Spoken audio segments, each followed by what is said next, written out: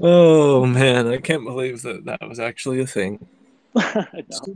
How superstitious we are, I know. And I like to think I'm a little stitious, but that's but it. not superstitious. No, no, that's just crazy. Well, the news is I've gone back in the closet like it's 1950.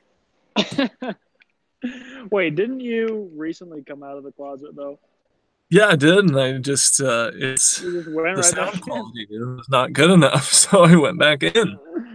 All right, this is just layered in metaphors. Yeah, the bathroom was a little echoey. Uh-huh. Um, Not a lot of soft surfaces to absorb the sound. Right. So if I'm just gonna have to deal with the spotty connection if that happens. But that's Yeah. okay. We'll persevere, and it definitely she's not expecting perfection since none of us know Right. how to do any of this stuff. Right, right. Um, I do know I've read a little bit about this just in preparing to do my own podcast, and I Yeah. know a lot of times a little bit of noise can emanate just from under your door. If you like put a towel or something under there, sometimes it That's helps a little actually bit. that's actually a good idea. I'm gonna do that because there is quite a gap in the door. Right. I'm in a closet, so I got some sweatpants right here that I can Oh, perfect. pop them right under. There's construction going on outside, so I couldn't really just do it out in the open. No, no. There is a steam room here. I could have gone in there. It's cold. That would have been lovely. That would have been nice to get the video too. And that would be a nice concept for a podcast. This is Steaming with Nick Jorgensen. We're going to talk about literature. We're going to talk about all things steamy. Oh, we're going to open our pores and talk about Jane Austen. what a what a smashing idea. Oh, all right. Well, I'm going to work on getting a steam-proof recording device. It sounds good. All right. Well, let's give this thing a shot, should we? Okay, let's jump into All right. I'm going to try not to judge myself on like how I read things and how my voice it. sounds. Yeah, yeah. 'Cause, Just you know how just know that your voice sounds much worse than it actually is in real life. in real life it sounds pretty steamy. I would agree. That's always been my take. Well, I'm just going to try to keep a casual tone if I can, and I don't Cool. want this to sound too professional. Yeah, I've seen enough David Letterman episodes to know how to act. Yeah, yeah, yeah. All right. Let's see here. Let me find my. I'm not going to be in editing mode. I'm just going to be in viewing mode for this script. Okay. Add some intro music.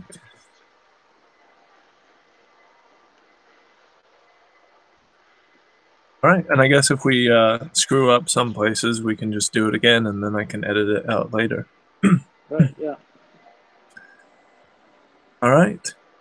Here we go. Welcome back, friends, fellow readers and writers, to An Untold Story. In this episode, we're going to talk to. Blah, blah. No, we're not going to talk to. We're going to talk about. Okay, let's try that again.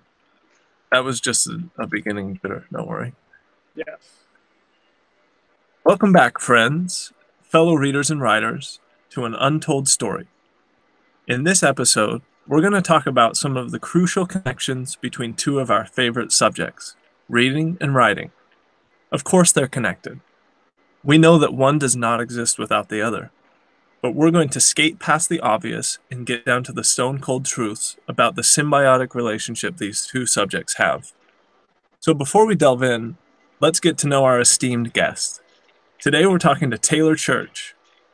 Mr. Church is an up and coming writer living in Utah, and he's a good friend of mine. He's the author of two books, I'm Trying Here and Return Not Desired. Hi, Taylor. Welcome to the show. Thanks for joining me today. Thanks, Nick. I appreciate you having me on. It's an honor and a pleasure to get to talk to you. Yeah, it's you rarely hear the words esteemed and up and coming in the same sentence, so it feels good. Well, I think you've earned the honor, and as anybody who's read any of your stuff would agree. Well, thanks, I appreciate it. So, our listeners love to hear about how our guests got into writing. Do you mind talking a little bit about your journey into writing? Yeah, I always tell people because when you tell people you're a writer, you kind of get the same three or four questions, and people always say, "Oh, what got you into writing?" And so, depending on my mood for the day, I kind of answer a little differently. but Right. uh, but the truth is, um, I explain it as an evolution. I wasn't one of these people that since a little kid I wanted to be a writer and that was my dream, and I was um, I wasn't especially precocious as a child, reading all day and Uh-huh. and writing in little notebooks all the time. But um, I did love stories. A lot of people may think it's not connected, but I loved movies and TV and music, and I just loved the arts. And Yeah. as a little kid, I actually wanted to be an artist. Like I wanted to draw and paint and stuff. And then I always, since I was like 8 or 9, wrote pretty obsessively in a journal. Yeah. And I didn't really think anything about it at the time. I didn't think of it as art. I just thought of it as something I enjoyed doing. And I liked kind of documenting my life and getting my thoughts on paper. And then, um, as I got into college and got more into reading and literature, Mhm. I was a history major and really enjoyed writing these long academic papers. But I kind of wanted a different outlet. I wanted to be able to be a little bit more creative and not have such a I kind of wanted to make my own assignments instead of just writing what the teacher told me to write. Right. It's interesting that you talk about creativity, because that's a little bit what I want to talk about today, connected to some of the ideas that we're going to discuss. Um, so I've been reading this book that's full of essays about writing. It's called Bad Ideas About Writing. I know as a writer myself, we have plenty of bad ideas. Right. But this book kind of lists a whole bunch of bad ideas about writing, and one by one in essays kind of takes on these bad ideas and debunks the myths that go along with them. Since we're on the theme of creativity, actually, an essay that I was reading from this book um, by Ellen Carrillo, she says, reading and writing, oh no, that's the title of the essay. Reading and writing are not connected by Ellen Carrillo. Um, she says in the essay, although writing is more often thought of as a creative act, reading is just as creative. When one writes, one is creating meaning by putting words and ideas together. When one reads, the same thing is happening. Um, so you talked about creativity already. What do you think about that? The creativity of writing being the same as the creativity of reading. I actually really love that. I haven't heard it articulated quite that way, but I've always believed that the two kind of go hand in hand. Uh-huh. Like people, because I'm always reading a ton, and I know you are as well. And people are always like, "Oh, I would love to write." You always hear people when you tell people you're a writer, you always hear people say, "Oh, I'd love to write a book someday," Yeah. but the vast majority of these people don't read very much, and it's not that I'm any better than them or more cultured or anything like that. That's not what I'm saying, Hmm. um, but you can't be a good writer if you're not a good reader. You just can't do it. Yeah. Um, it's like you can't be a good musician if you don't listen to music.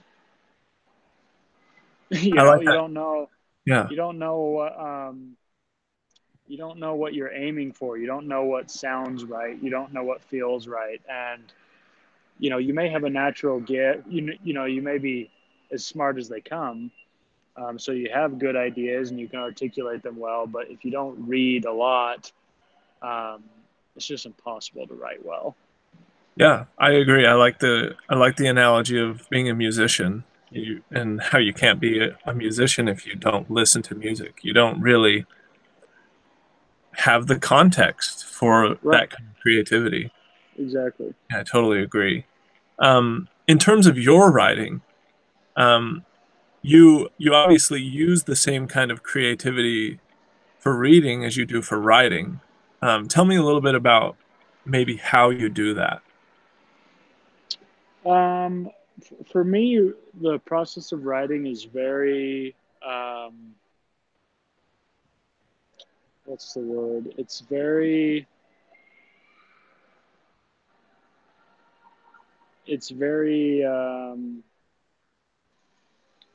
mercurial. There are times where parts of it are calculated and Uh-huh. it's outlining and it's planning and Sure. it's just kind of a free for all, a chaos. Yeah. And I think when you're reading, especially certain books, there are times where it's a little bit boring, it's a little bit mundane, but there's kind of a light at the end of the tunnel, and there are times where it's effortless, and you're reading at a fast pace, and things are flying into your mind, and you're getting new ideas, and Yeah. hours pass, and you've read a couple hundred pages, and you're like, oh, I don't know how we got here. The same as with writing. There are times where it's kind of just an odious task, Yeah.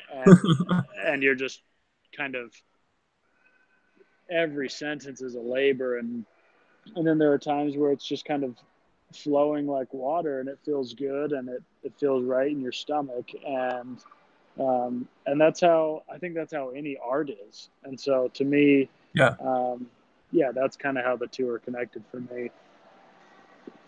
I like the term mercurial to describe reading and writing because I've definitely felt that way. Or sometimes your brain, I don't know, there's just a stopper on it for some reason when you're either reading or writing. Yeah. Um, and it must be the same part of the brain that's functioning when you're doing those two things because it seems like they're very Right. related. Yeah. Um, And and yeah, just to interject real quick, a lot of people, I'm sure you hear the same thing. A lot of people are like, I just don't have the time to read, and I don't have like the attention span. Like I can't just sit down and read for a while. right. And I tell people it's just like anything else. You have to practice. Like, you know, I I can do that because I always do that. Uh-huh. If I take a year off of reading, all of a sudden it's going to be a little bit tricky to sit down in a room by myself and read for 40 minutes. Right. It's you kind of have to train your brain to do anything. Yeah. Just that idea that reading takes practice as well as writing does. Right, exactly. Um, it tells me that I don't know that they're in the same category, that they're related in the creativity vein because you have to do the same kind of practice and the same kind of work to get a good result. Right. Neither of them are passive. They're active, creative functions. I like Right. that. Thank you. Um, Another myth that kind of goes along with what we've been talking about is um, one doesn't have to read to become a good writer. Um, can you kind of tell our listeners why that's just dead wrong in a practical sense? Yeah, I mean, for me, it's funny. As much as I read, I still find writing to be extremely difficult. As far as you know, you're writing something down and you look at it and you're like, I don't know. I just can't tell if this is good or if it makes sense or if it's clear. Yeah. Um, but but I'll tell you what, I know 10 times better than the average person that doesn't read very much, because I have a sense of what flows in a literary sense and what kind of just doesn't have life to it. And Yeah. I think it becomes kind of instinctual. It's like I can relate it to sports. I played basketball growing up, and there's a lot of things that I do in a game that I'm able to do instinctually just because I've done it for years in practice, and I don't really think about it. It just happens. And because And maybe you've seen it done before by yeah, somebody else. yeah, precisely. And it's the same thing in writing. A lot of times, you'll come up with a sentence that you find really creative and kind of has some life and power to it, and you wouldn't be able to do that if you hadn't read sentences like that before. Right. You know? Right. Yeah, I absolutely agree. Just that reading exposes you to a whole set of writing skills that you can't really learn anywhere else. Um, that reminds me of this bit of wisdom from another one of the essays from that book. The essay was written by Julie Myatt Barger. She talks about the habits that are essential to good writing that are learned through reading. This is what she said. These habits of mind include openness, engagement, responsibility, flexibility, and metacognition, the latter of which is defined as thinking about one's thinking. Um, that word metacognition, I really like that. Um, what does that mean to you in terms of your own reading and writing, that concept of metacognition? Oh gosh. I really like that term too. I think as a writer, you're constantly sort of in a state of metacognition, Yeah, because you're second guessing a lot of what you're putting down, because you want it to read well to others and you want it to make sense. And so you're thinking about about your thoughts before you put them down on paper. right, Um, and so, yeah, I don't know. It's just to me, it's a fun process because, and I like that word she uses, openness. To me, um, you have to be open to any and all things that come your way. You know, right, um, if you're kind of stubborn and you're thinking, no, the story has to do this, it has to do this, it has to do this, then you could miss out on some great things that come into your brain because you're too fixated on the story going one way or another. right. So that flexibility that she talked about is important when you're thinking about your own thoughts and your own Right. processes, right?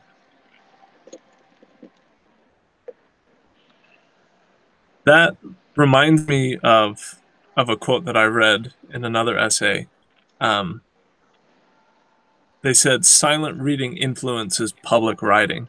So that was just what you were talking about how your thinking while reading and while thinking about your writing influences how you write and how your writing is going to be perceived by your audience. Right. So I feel like that act of reading is is kind of essential to getting your own thoughts in order and getting them into a shape where they'll be enjoyable to the public, whoever's reading your stuff. Right.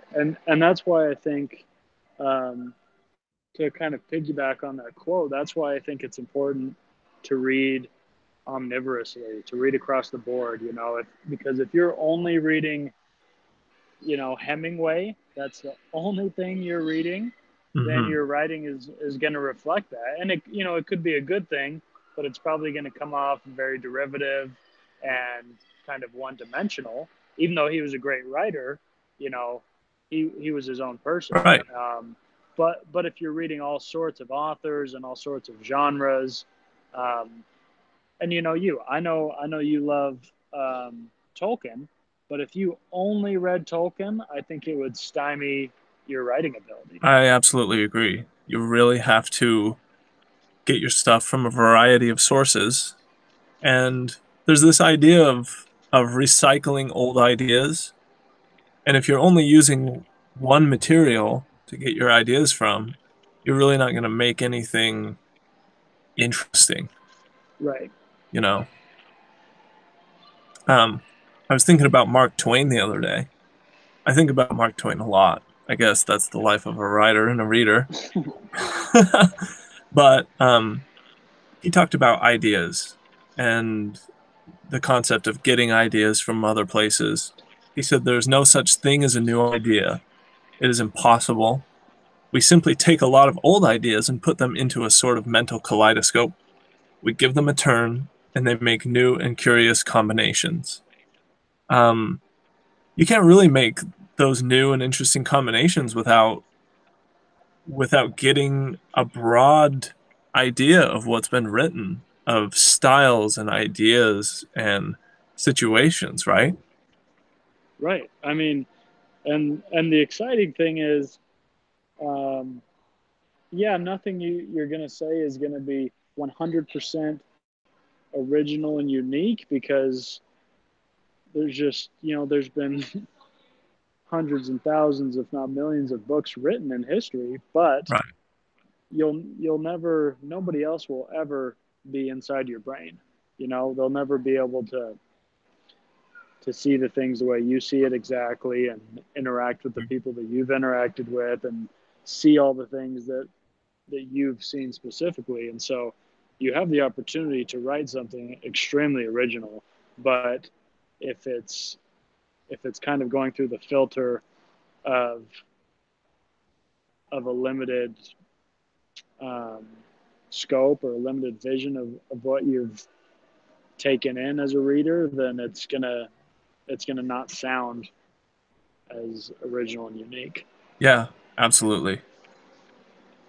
100% agree with you. And that kind of reminds me um, of another essay from that same book. Um, the writer states that there's this myth that writers are somehow magical and therefore not part of this world. Um, do you think that you have to be some kind of unicorn to be a writer?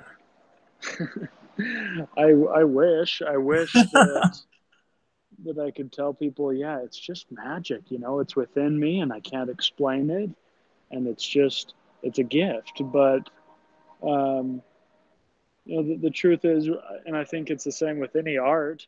You know, I think there are moments when you're creating and when things are being made manifest that it feels, for lack of a better word, it feels magical Yeah, because it feels like, wow, I don't really know how I did that, but I did it. Um, I know I'll look back on things I've written and been like, man, I don't think I could ever recreate that. It was a moment in time, and I'm just grateful for it.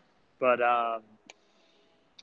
but again, you could say the same thing about anybody and their craft, anybody and their skill. You could say it about an athlete, a musician, a mathematician, yeah, you know, whatever. There are moments where all your hard work pays off, and it feels magical. It feels inexplicable, yeah, but to me, it's just a byproduct of hard work.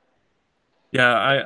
I think that is such an underrated and underdiscussed principle is that you don't have to be magical. You don't have to be mythical. You're just working hard. You're doing your reading. You're doing your writing. You're throwing a lot of garbage away before you get to that, magical phrase or sentence or paragraph. I just think that idea of hard work cannot be emphasized enough. Right. Yeah. But I yeah, Go go ahead. ahead. Oh, I was just gonna say, a lot of times I'm just I'm just reading and I'm doing it for pleasure, but I also almost feel like it's my obligation, like it's homework that's been assigned by the universe. Like Yeah. I just feel like I have to be reading so I can write well. So to me, it's almost part of it's just part of my job of being a writer. And so when people are like, "Oh, what are you reading that book for?" and I'm just like, "Because I have I to." It's my homework. Yeah, You're preparing to make that magic. yeah, It just doesn't spring fully formed from the head of Zeus, so to speak. right, right. um, but even though you know that, um, there's still, I imagine, some pressure to live up to things that you've read before. I know I've talked about a billion essays today, but another quote comes to mind that I think is appropriate. It says, "The image of this autonomous, genius, and originary author bears great consequences. It designates a coveted status against which many, if not all, writers are compared." Um, Taylor, what do you do personally to escape the pressure of living up to literary heroes? Um, it's tough. It's tough in some senses. I mean, for me, I'm a naturally competitive person, so I want my writing to be great. I want it to be better than so and so's. But Yeah, to me, um, and and you know as well as anyone, I like to read the greats. I like to read some of the best and most difficult literature that's ever been written. yeah, Um, but you're not looking for an easy meal. right, but to me, my my work, whatever I put out, really has nothing to do with anybody else's work.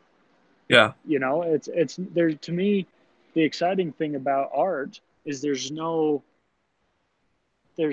like there's no capacity like, oh, you know what, we have too much good art, there's no room for yours. yeah, There's not, oh, well, I can't write a good song because there's so many good songs out there. right. You can't be paralyzed by those that have come before you.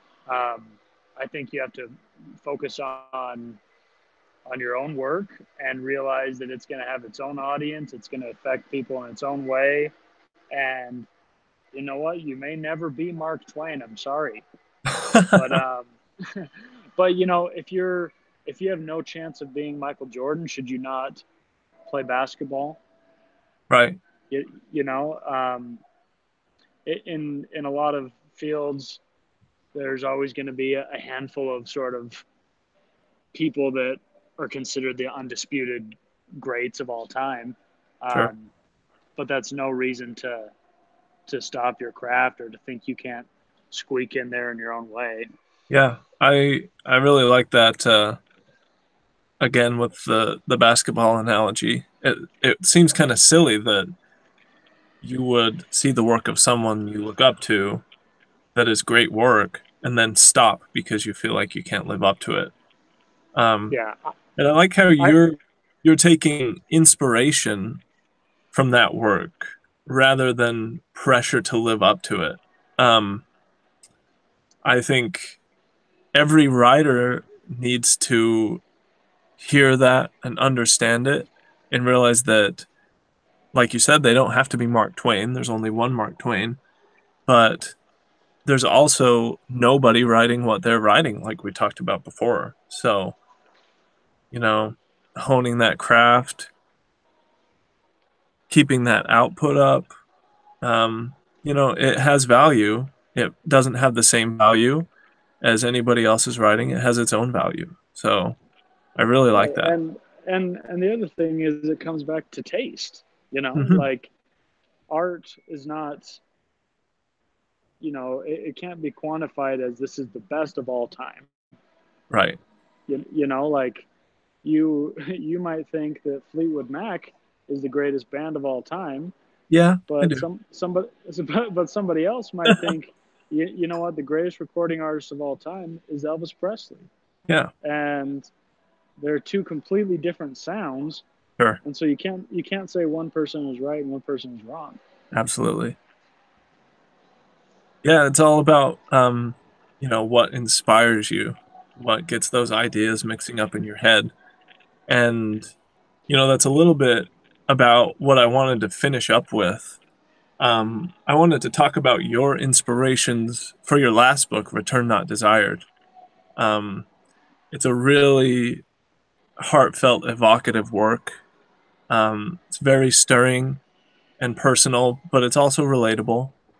And I just want you to tell the listeners a little bit about your inspirations for that book. Well, I mean, you're one of a handful of people on the planet that have probably read it, but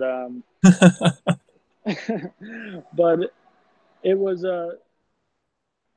it's kind of hard for me to put that book into a very specific genre because I'm kind of all over the place. Yeah, But yeah, um, but I had studied the Holocaust for years. I was a history major, and I went to the Auschwitz camp in Poland, and I had always wanted to write a piece of history about the Holocaust, but I didn't really know how to do that without being, you know, without having a PhD in yeah. Holocaust studies or, You don't want to you feel know, like a grifter or, yeah, I didn't, I don't know German. There was a lot of kind of obstacles in my way to write a really accepted piece of academic writing about it. uh-huh. So I decided to kind of be a little bit more creative. And, um, after I got home from the camp, I started writing things down, just kind of my thoughts and feelings. And I soon realized that it had the legs to be a book. Because I'm always writing things down, and sometimes there's just nothing there. Yeah, Sometimes it's nothing more than a journal entry.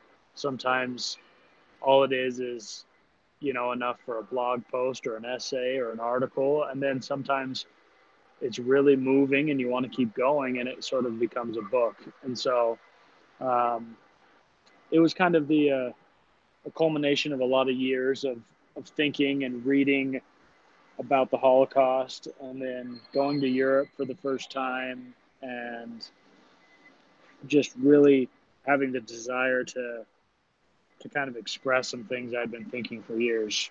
yeah. So, you're using your creativity to basically read what's around you. Like we've been talking about that creative act of reading. You're looking at things you're seeing, you're reading essays, you're reading books, you're reading history, and all the time your creative wheels are spinning. Is that kind of what you're saying? Yeah, yeah, it's it's a very unorthodox career because you don't necessarily clock in and clock out, but Right. I feel like I'm always sort of working, and that doesn't mean I'm always getting paid, but um, but yeah, my brain is constantly thinking about the next project and the current project, and just sort of I'm sort of um, mining the world for stories and for information and for experience. You're living life as a creative act. And I think that's what it takes to make that magic we were talking about. Yeah. Well, we're almost out of time, but in just a few sentences, I want you to give us a little taste of what you're working on now without giving too much away. Okay. Yeah. So I decided to attempt to write fiction for the first time ever. So I've been writing a novel for much longer than I had wanted to, but so yeah, I've been working on this for about 2 years now, and I'm at the um, I'm at the final stretch, so I'm excited. But um, I really didn't get into loving literary fiction um, until maybe 5 or 6 years ago. Uh-huh. Um, and so, yeah, this is my first foray into fiction, and it's really just a story about what it's like to be human. It's just a story about a guy's life, and a little bit coming of age. You know, it starts when he's 13 Yeah. and kind of goes into his adulthood and middle age, and it's not autobiographical, but the character is very much an amalgamation of two people I knew in real life, but neither of them I knew very well. Okay. Um, they were just very interesting, and I didn't have the chance or opportunity to know them very well, but I always kind of wondered, about their upbringing and what kind of drove them, and so I just made it up instead. Well, that is a really fascinating concept. Um, and, we're always interested in a coming of age story, in a human story. Um, and I'm looking forward to reading it soon, hopefully soon. No pressure, but I feel a little pressure. hey, well, do your best it's work it's and it's good we'll pressure be we'll be here waiting when it comes out. for episode 2. We'll have you back on the show for sure to talk about it. The people are going to want more. I know the people. We have to give them what they want. We have to. Well, we're out of time now, but I just want to thank you so much for coming on the show, for giving your take on writing, on reading, and on the hard work of being a writer. I hope this episode has been educational and entertaining, and we'll have you back on the show soon. Thank you so much for joining me. Thanks, Nick. I really appreciate it. It was fun. Thank you. This has been an untold story. We'll see you next time. Boom, we did it. We did it. I don't think that was too bad. No, that felt pretty smooth, except for every time where you had to quote something. Uh, you know, that's what I was saying. I'm excited to do this kind of thing when you don't have to throw in four quotes to get points. Right. I mean, luckily, that won't be something that your professor doesn't like since he assigned it. But Yeah, yeah, I think she's going to appreciate me using those quotes. yeah. Listeners are like, "Wow, he really memorized that whole book of essays, didn't he?" You're No, like, that listener, reminds I'm me. very That written. reminds me of another essay. I am a compendium of essays. Just let me spew off quotes. All right. Well, I think I've got enough audio now. Good. Um, I'm gonna go now. We'll see if I can edit it. Jeez, that's the hard part. Yeah. How long did it run? Oh, that's a